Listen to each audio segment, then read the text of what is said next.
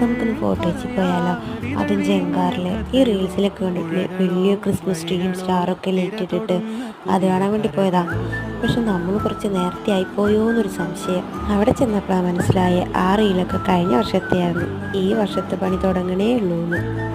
നിരാശയും സങ്കടവും മാറ്റാൻ വേണ്ടിയിട്ട് ആദ്യം തന്നെ ചോളം ഉപ്പും മുളകൂട്ടത് മേടിച്ച് വെച്ചു. സംഭവം നല്ല ചൂടായിരുന്നു കേട്ടോ. അത്ര എളുപ്പത്തിൽ കഴിക്കാൻ പറ്റിയില്ല. അതായി നിന്ന് തുള്ളിച്ചാടണം.